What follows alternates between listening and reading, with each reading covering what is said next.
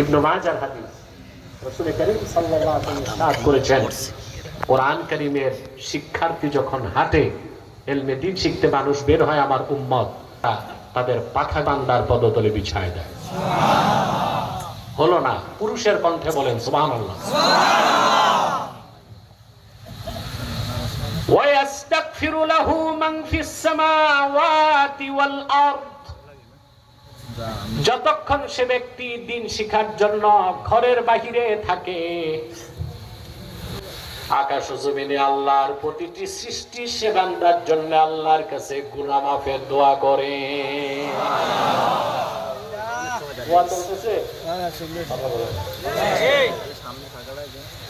আল্লাহ ফেরেশতারা বলতেছে, আল্লাহ এদেরকে মাফ করো।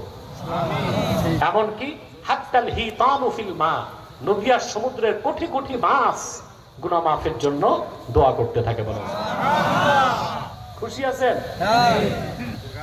এরপর আরেকটা বড় পুরস্কার যে রয়ে গেছে, এটা বলবো। ইমামে হাইসামি মাজমাউজ জাওয়ায়েদে মারফু মুত্তাসিল সনদে নকল করেছেন, আল্লাহর হাবিব ইরশাদ করেছেন, আমার উম্মতের একটি দল যখন আল্লাহর কাছে দোয়ায় নিয়োজিত হয়, একজন যদি দোয়া করে, বাকিরা যদি সম্মিলিতভাবে আমিন আমিন বলে, আমার উম্মতের সেই সম্মিলিত মুনাজাত আল্লাহ রাব্বুল আলামিন ফিরিয়ে দেন না।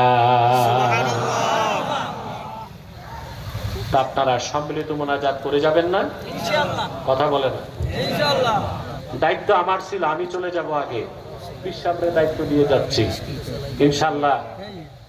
আমাদের মুহতারাম শামীম বিন সাইদি বারাকাল্লাহু ফি উমরিহি, তিনি আসবেন, কিছু কথা বলবেন, তারপর আপনারা সাইফিনগর পীর সাহেবের সাথে মুনাজাত করে বাড়ি যাবেন। পারবেন না ইনশাআল্লাহ? আল্লাহ কবুল করুন। আমিন। বলুন আল্লাহুম্মা আমিন। আমিন।